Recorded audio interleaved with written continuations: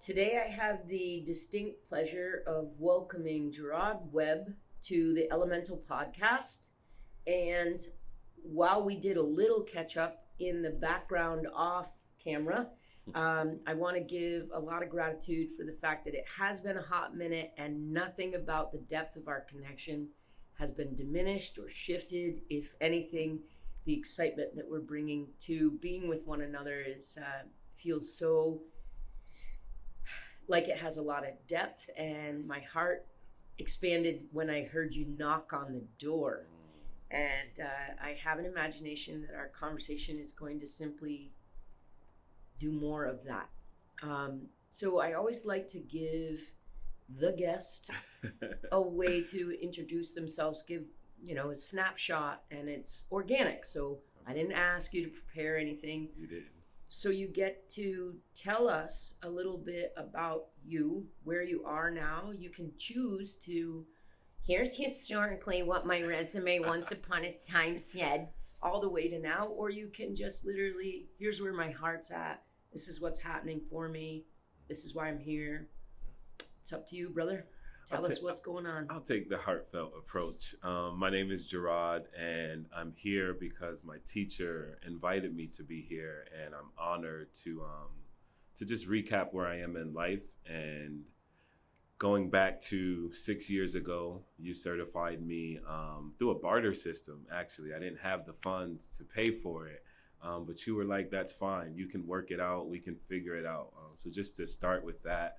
You were very welcoming to whatever situation I was in, and you just wanted to give me a place to grow. Your value was obvious, and it was beyond a simple transactional analysis. Yes. You've seen in me so much that I am now starting to see, and we were talking about this off camera, but you've seen this light in me at a time where I didn't always see this in myself, and it just felt just like a mirror, reassuring that I was supposed to be here. And now, fast forward, you certified me in 2018. I didn't know how I would really make money off of yoga. I didn't get into yoga to make money. But now I find myself in a place where I'm hosting retreats around the world, bringing teachers and friends on the retreat with me, in a position to be able to pay them to come on the retreat with me. So I'm very, very blessed that I feel like I found my calling to hold space for people. Yes, to hold space in a way to reflect on what was going on in your life and taking this pause. How can you be more your authentic self after a retreat, after a deep pause? I find myself now reflecting. I can't even believe I'm here. It feels surreal that I host yoga retreats and people pay me to host yoga retreats, and I can bring friends with me to just do what we love.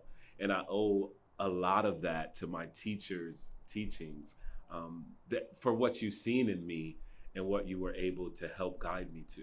And I wasn't the only one. One of the great gifts, I want to do two things before I get ahead of myself. Where, if people are interested in working with you, going on retreat with you, being a part of what's unfolding with and for you, where do they go to find that? Right now they go to my Instagram, Jirod Webb Yoga, and I'm in the process of, I just purchased my domain name. The website will be up and running in about 30 days for retreats, workshops, and all other things related to Jirod Webb Yoga. JirodWebbYoga.com. Yes. Okay. Yep. Right with the Instagram. We gotta give the shout out and where to find the fucking shit, man. You're right. You're like, right. This is where you go. This is how you get there. Get there. Yes, thank you. And then the second piece is like, I can say in all the YTTs that I've conducted, there have been many teachers, and it's such a collaborative thing to. And we might touch this in some of the coming yet conversation in the next hour. There's all these places where the teacher is the student is the teacher, student, student. And I'm equally grateful to have learned and walked alongside. And one of the things that comes out of Fari's work, which we use, Donna Fari's work, is that there are times when your teacher becomes, you have to move on. You have to graduate to the next teacher, the next level of learning. And thank you for the respect and for acknowledging that there was a time when I was a little further on the path, just enough that I was like, come here, come here. Yeah. And now, there are, they all are leading to the same experience of safety, this deep pause that you discussed, the ability to evaluate and not just guess, but analyze, like, what does my life need and want to look like, and where might it be right now? And I commend and have heartfelt gratitude that you're spreading that message in the world, partially because it's your dharma and has fuck all to do with me, and partially because when you needed to hear that this was your skill, I happened to be the voice. So it has something to do with you. One of many. Something to do with you. I'm deeply grateful that I can lay claim to, I knew this motherfucker when, and now. Yes. Way before. Yes. Yeah. So thank you for that. Thank you. One of the reasons also that it felt right and timely to say to you, come and talk to me about what we're going to jump into, this elemental podcast. There's 7 basic premises that I feel, and I'm open to changing my mind by virtue of what's offered to me in these exchanges. Okay. And I'll go into the 7 in a moment, and I'll try to not be nervous enough to forget one or drop one, because I have done that in the past. It was awesome. I was like, I got to 6. I was like, I can't remember what I forgot. But the idea is I want to hear from you. What do you think are non-negotiables in terms of behaviors, active things you do on a continuum? Because we did touch this again in the off-camera piece just for a moment. Like you said, that there are greats that have come before us that have shown us the way that if we consistently do, and we didn't get there, I put you on hold. Yeah. I was like, don't do it now. So the 7 for me are sunshine exposure, getting outside, nature, getting in nature, sleep. I was going to say rest. Okay. Yep, rest, sleep, getting some good recovery, hydration, making sure you're watered, or just mobile plants, nutrition, the idea that you eat in accordance with your body's needs. And that's different for lots of people. So I always want to caveat, because, man, the personal can become political and back and forth really quickly. Oh, I bet. Community. Be in community with people that celebrate you, not just tolerate you. I love that one. Like that one is super valuable. And in the last conversation, which was with Moses, when I said to him, rank these, he was like, he popped community first. You can have all those and not have community and be miserable. No connection. Right? Yeah. And then a movement practice. Yes. So something doesn't have to, while you and I resonate on the yoga front and on the sauna front, which I believe is a type of movement practice. Man, you move the blood. You're moving some energy. You move the lymph. You move the energy.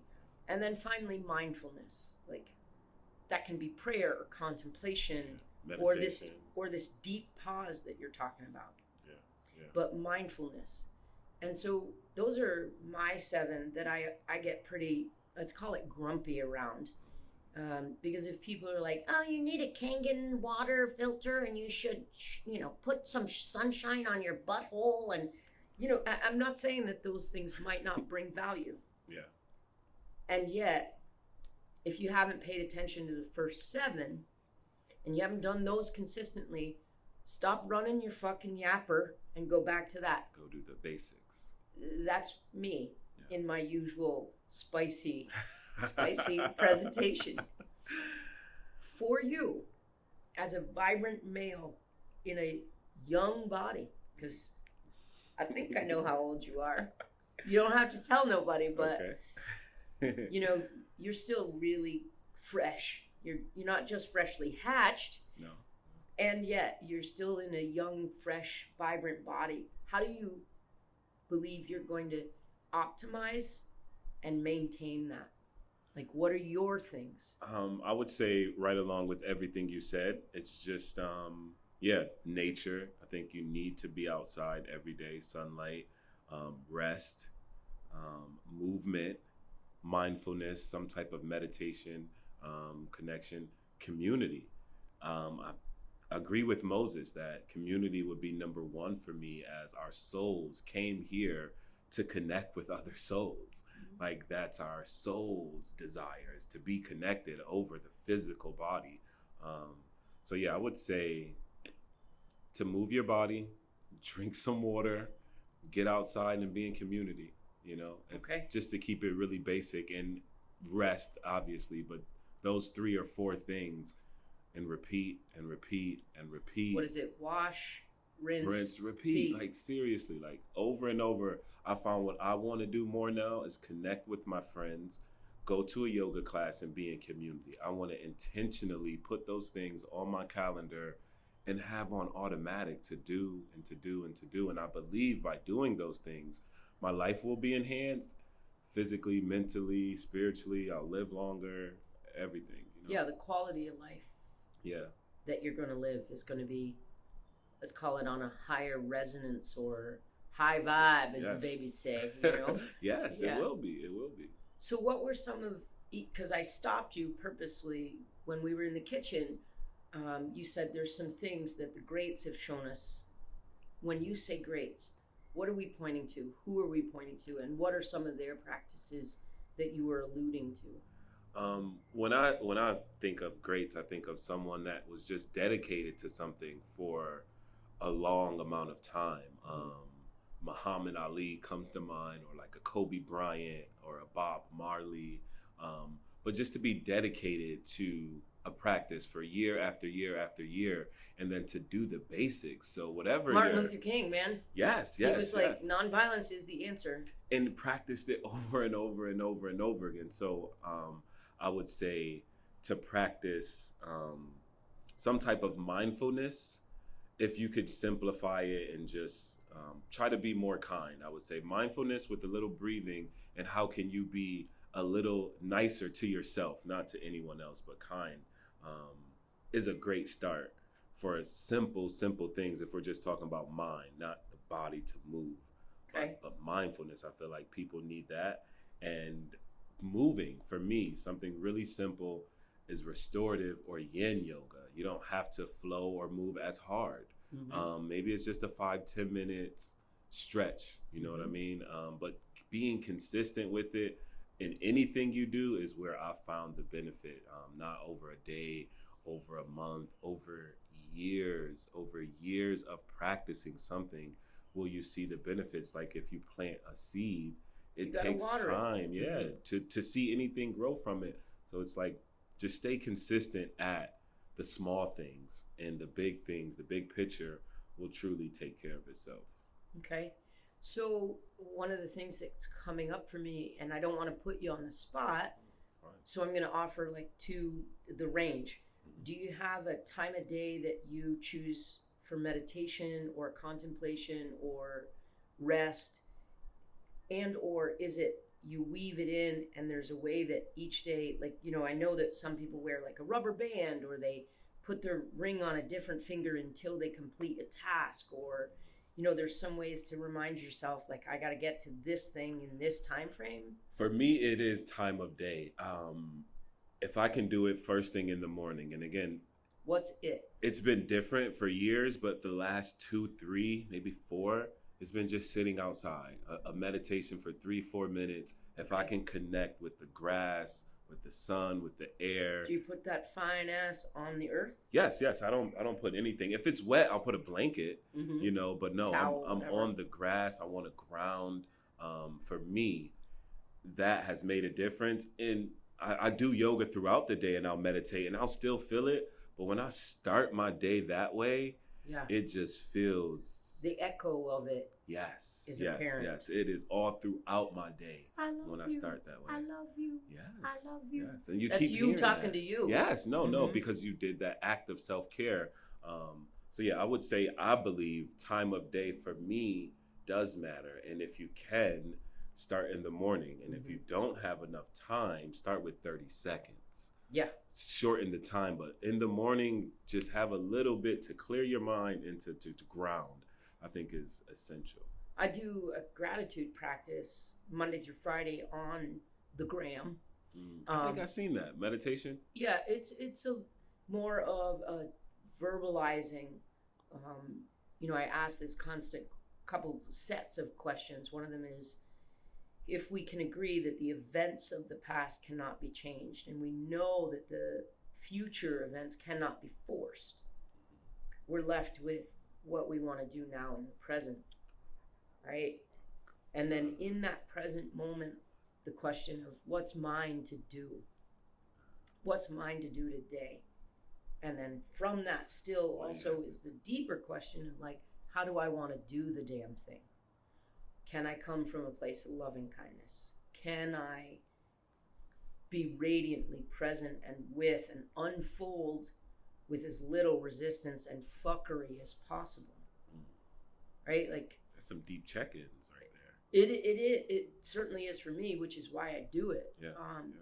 And I don't even comb, like today, right now, I combed my hair for us. You're looking good. Yeah, man, I even did the braid and the whole nine. But I just get on there all crusty with, the crumbs of my dreams caught in my eyes. Yeah. Just because it's, for me, such a critical time to prepare myself for the remainder of the day. And I know that gratitude leads to generosity. Like when my cup is full and I can let it spill over into my day, I'm easier to deal with. Let's be honest. Same. I can be some spicy. I like your spicy. Thank you. And those are some of the practices that we share this morning. Get up and pause, each in our own way. Do you find that you have a rhythm that you have a preference for the remainder of the day? Like what happens for Jirod throughout the day? Like how do you get to, let's get ready. I don't know if you're on this tip. Okay. But I'm a big believer in Amish midnight. Like I got to get this ass to bed by 9:30 so that I'm asleep before 10. I like to, that's a little later for me. I can be in bed by 8. If I could, 8. Amen. 8, yeah. I had a Trinidadian friend when I was in college. I couldn't sleep, and he told me I should sleep when the sun goes down. When the sun goes down. And I found that when I can go to bed 8:30, I'm up at 4:35, ready to fucking go. You're after it. Ready to go, like go. But yeah, I love my sleep. And I'm a granddad in that way. And No, I don't know. Or Amish midnight. No, the Amish midnight is like, okay, the sun's been down for an hour. Yeah, time for me to go to bed. This shit should be laying flat. No, I agree. I always laugh when people say I slept like a baby. Babies are up every 2 hours, man. They're hungry. They shit their pants. They don't sleep that. No, I want to sleep like a 5-year-old, solid. Knocked out. Yes. I guess so. What I'm saying is between your 8 p.m., 8:30 that you're getting that ass into bed, and this morning time frame, 4:35, 36 o'clock, whatever it might be. Yeah. That you're out with that ass on the grass. What's the rhythm of your day that allows you to have made this shift over 6 years from me seeing and knowing and acknowledging the light to you living it and giving it? So what's the rhythm? Because things had to change, and I can't name what the things were. I would say back to the beginning, I felt like my normal habits were shit. My normal habits were really shitty. And I thought they were good because I made a couple dollars throughout the day. I could still pay my bills. But the habits were shitty and the outcome was the lower vibrations. Now, what you see is a culmination of habits over 6 years. Like I practice yoga sometimes 8 times a week. Sometimes I'll do Pilates 3 or 4 times a week, some spin. So I feel like in the last 4 or 5 years, I've been consistently consistent with my wellness, with my healthcare practice, like super fucking consistent with the practice. So if you can be really consistent with this, you'll feel the benefits from it, but it won't happen overnight. And it won't happen if it's it won't happen as easily if it's intermittent. No, you have to stay consistent with no breaks. I mean, you lose a friend to death, you still practice. You lose a mother, you lose an aunt, you lose a job, your house burns down. The practice is always there. For me, it has been, I've lost some people through the last few years. Life hasn't went how I always planned it, but what remained the same was the practice, like being able to come back to yoga, whatever mindfulness I had, yoga being the most consistent. And now I feel like I can tap into it, or you can see the benefits from it on the outside from that. In Buddhism, it's known as taking refuge. So you, and what I'm hearing is also, if we were to package it in science, your movement practice is the regulation of your nervous system so that you can be present and decide. Yes, every day I'm using my movement practice to regulate heartbreak, loss of a friend, dad being in prison, different things going on. But every day this practice allowed me to regulate and regulate and regulate. And then it's like, well, after all these things in life happen and you're regulating, and then great things start happening and you're still regulating. Oh yeah. You're like vibing pretty high. You might float a fucking way. You gotta regulate joy too. You gotta ground, you know? Yeah, it can take your ass out. Yes. You're like so happy that you're not present. Yes. This is why happiness has its dangers too. No, I agree. And I feel like it's been this wave for me, and now learning to just be on a calm.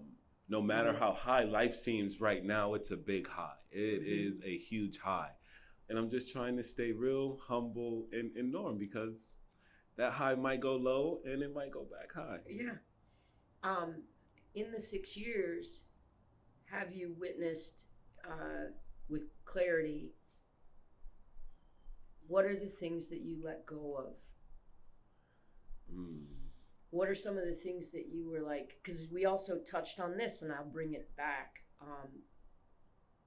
I have a maxim now that is starting to guide me, which is, if it's not going to create a brighter future for those around me, it's got to go. Okay. And so for me, that comes right out of that. What's mine to do? What's my act of service? Okay. And then the deeper question, like, can I do it from loving kindness? Can I do it from, at a minimum, non-violence? Can I, this thing?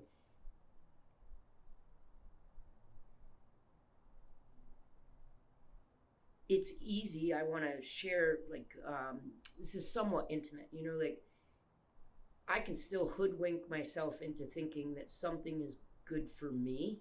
I can rationalize, like, and I'll use the dating world, like, oh, because I can experience, and I do experience, and I've been in it. I'm lonely. I want someone. Yeah. I want an experience. And so I'll get someone, but it ain't the right someone. And I'll rationalize, like, oh, well, we'll work it out, and all my skill sets, and I'll rationalize it. And then I'll see the impact that improper, I'll maybe find a better word, relationship has as an impact on the rest of my being. And now, instead of thinking about, does this serve me, I'm better served by thinking, does this serve the brightness of the future of those around me? Because I'm so motivated for the collective, yes, that if it is shit for me and I'm diminished by it, then it's shit for the us. Right? Yeah. And so for me, that I'm less likely to try to rationalize how it affects the collective than I will rationalize how it affects me. Yeah. I'll eat shit for a whole bunch. Like, oh. Interesting. So I'll bring it all the way back. Yeah. not that you necessarily share that yet. This, you know, you may maybe or may I not. do. Maybe. Right? Like, I'm not trying to lay it on you, but I am asking, like, in this trajectory of picking up yoga, moving away from sort of low vibe habits, what else has had to be let go of? Maybe it's people, I don't know. Yeah. Right? I'm asking open-heartedly, like, what have you let go of to come into this being? Because I think for a lot of people, those feel like little deaths. Yes. And they're afraid. We're afraid. I'm afraid.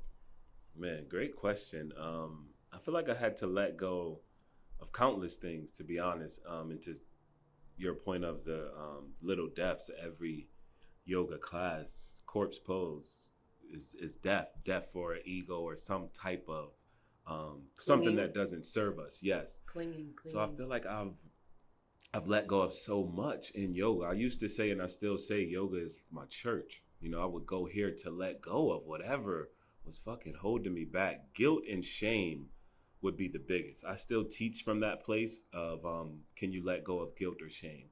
For me, I felt so guilty about shit. I felt so guilty about how I may have acted in the past or what I have done, and I held on to it to where it would like determine future things. Yes. And how I felt I was worth.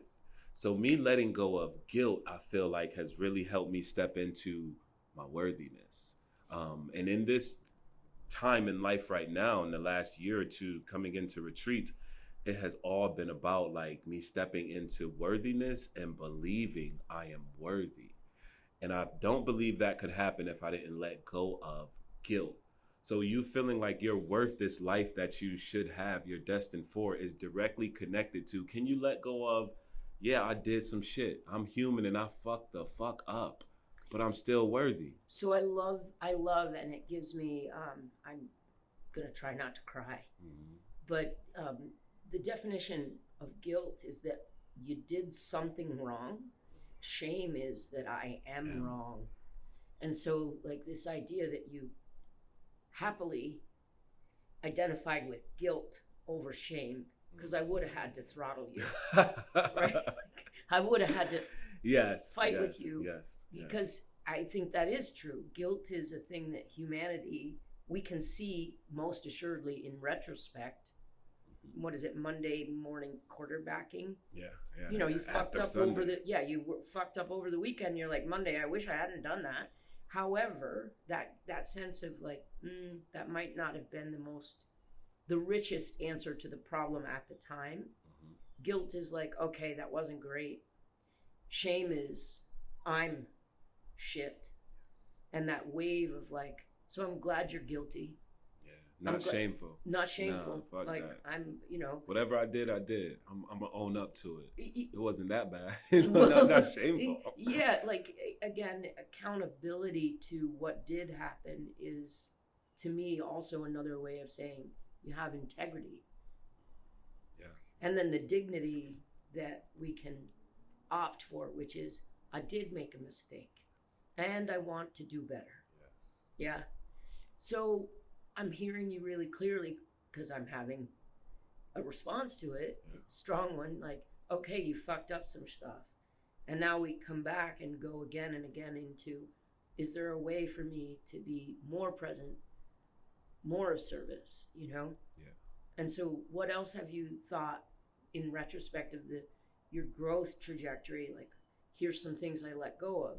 Sounds like letting go of guilt was a big one, and is probably still, because until we've had equal or greater number of years of self-love and forgiveness, we got some shit still working in the background.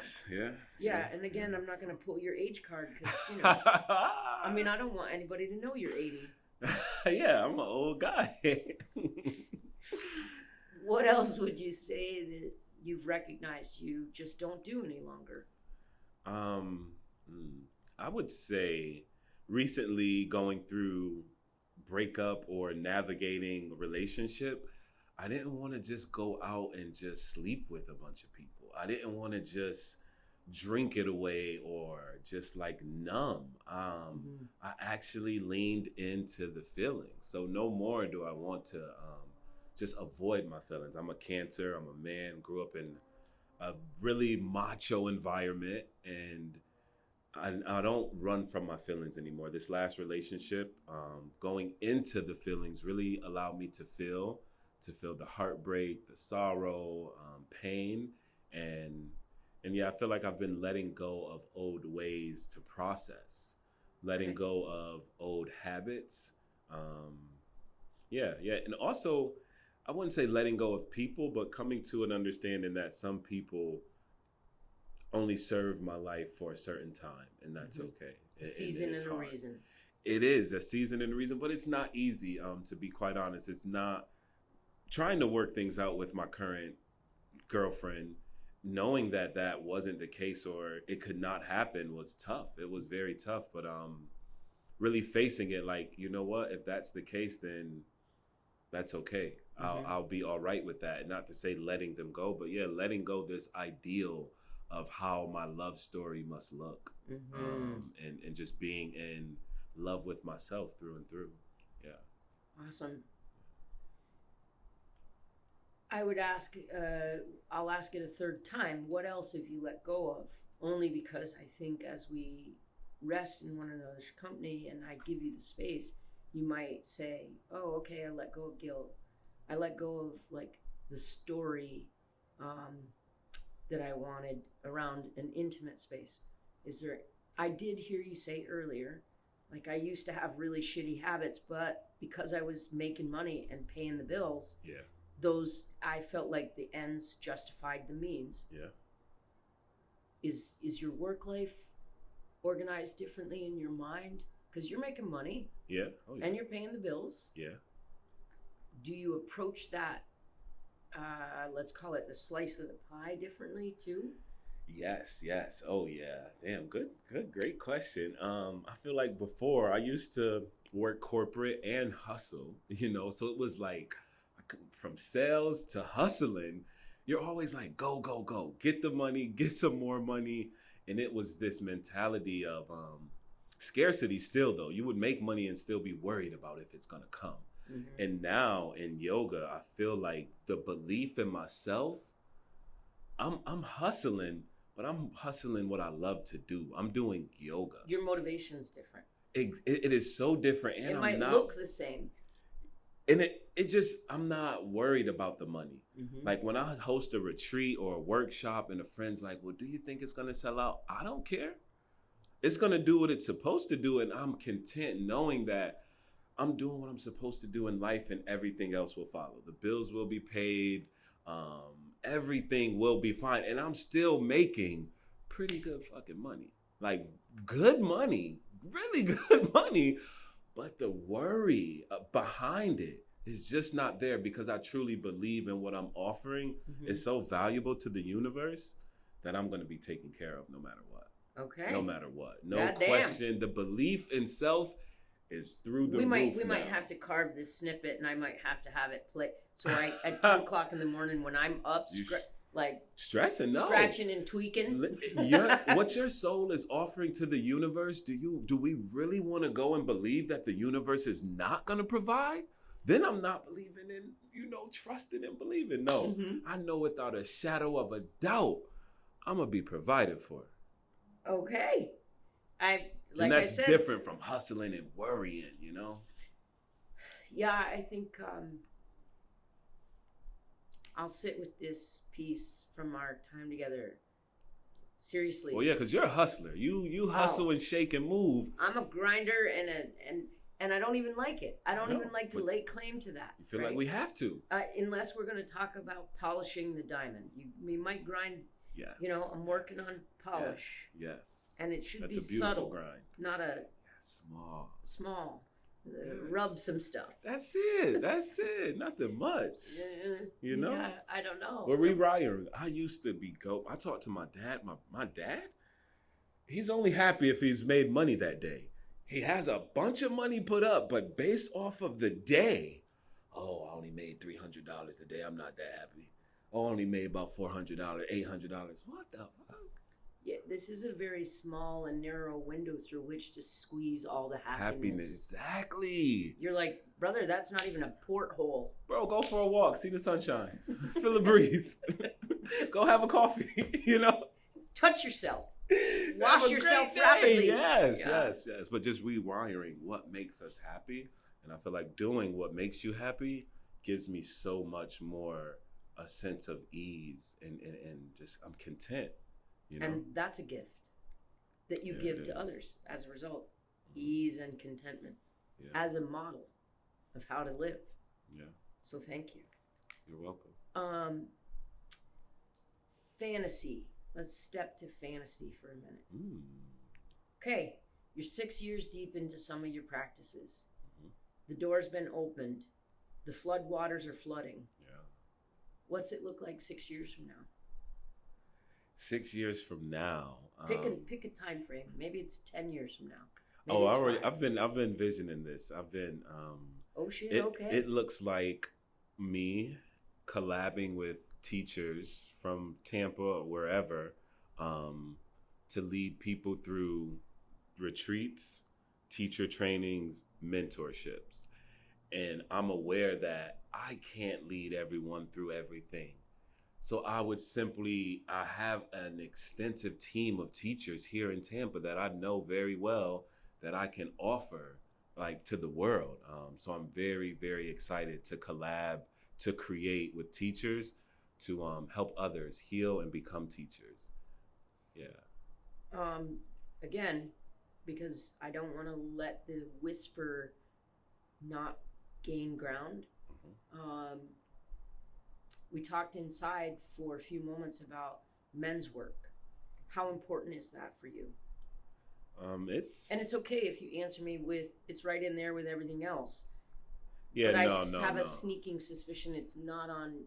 No, it's not, because I feel like growing up, I feel like all of us should have had this from kids, but men specifically, I feel like have been left out of the yoga, wellness, emotional vulnerability game. Mm-hmm. And men suffer the most, even though society needs us to be vulnerable. But men not having access to this or not going, we're dying inside. Men are like literally illnesses, disease, ulcer, high suicide rate, pushing their family away, toxic drinking habits, porn, not being able to connect to their loved ones. It's men have lost so much in the connection game with humans. So I feel like it's my responsibility, because men look to me and are like, oh, if you're doing it, then it may be okay. It's like a code with men. If another man that we can respect does something, then it's like, oh, maybe I'll do it. Yeah. So maybe now if Jirod's doing it, it could be cool. Or maybe if Michael or LeBron is doing it, or Steph Curry is doing it, maybe it's cool. I don't know the Steph Curry guy. He shoots threes all day. He plays for Golden State. The kids know Curry. Yeah. Plays for who? Golden State. Oh, and this is? Basketball. Yes, but what's the Golden State? California. Oh, yeah, shit. Yeah. I got no. Golden State. I think it's a Golden Gate Bridge it's named after. Okay, okay. All right, so yeah. But I just feel like men need a role model, and they feel comfortable with me, or any man that they can relate to. So yeah, I feel like it's my duty to lead men and young men. So I volunteer at Juvenile Detention Center. I've been volunteering there since you certified me. And yeah, it's with just Maria, right? Yes, Del Barlow. Yep. So it's just near and dear to my heart to get to young men, and men my age or older, just because men need to know it's okay to be vulnerable and receive the benefits from this practice. Right. Yeah. And to have discernment when's the right time.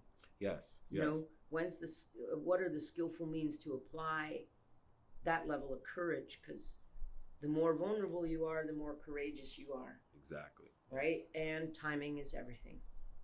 Yes, I agree. Knowing that I want to get you into the cold plunge, ball retracting cold. Because I'm going to ask you a couple simple questions out there that we didn't touch on here. Okay. Because the idea is that we'll get into the cold together for 3 minutes. I'm going to bitch. I bitch a little bit. I bitch too. I don't know if maybe 2.5 minutes for me. Oh, okay. We'll see. Yeah. And knowing that I want to do that, get you into the cold, do a little interview, because usually we use them as a way to tell people that you're going to be coming up on the podcast. Like we send it out as, I see what you mean. We feed. Well, I'm already on the podcast. I know. But the idea that we're about to close this portion, is there anything that feels important to you when I say, like, what builds vibrancy, what builds, our ability to be of service to our Dharma? Like, if you had a moment to just reflect and sort of let the divine speak through you, is there anything you want to say? I would say to follow this deep, deep calling within your heart. And that means like mindfulness of your soul. Before you move, before you get rest, before you drink some water or listen to all this other things, can you get quiet with yourself and really try to listen to like what you want? Can you really tune into your heart? I feel like that's the best thing you could do for vibrancy is knowing your heart's whispers, because you can do all those other things and I feel like we'll be in a stuck relationship or job or something that is stuck and just draining our soul. So if you can listen to your heart so your soul isn't drained, I think that's the best place to start. Okay. Yeah. I want to say, like, I'm glad I put you on that side. That's the side for the guests, but today the light hits you so many different ways, and I just want to comment on how beautiful you are, brother. Oh, thank you. And you can only see that because you're so beautiful. Oh, here we go. I love that. Thank you. And, we don't think that this will be the last time we'll get together in this format. Please, let's do it again. I would love to. Just again, honored to be here. And I can't say how grateful and thankful I am for you for putting on teacher training 6 years ago and continuing to do it with amazing people and to just hold this space. I know people probably tell you sometimes, but you deserve your flowers, Annette Scott, and you're just amazing, amazing, amazing. And just thank you for all the souls you've created safe fucking space for. Thank you. Appreciate you.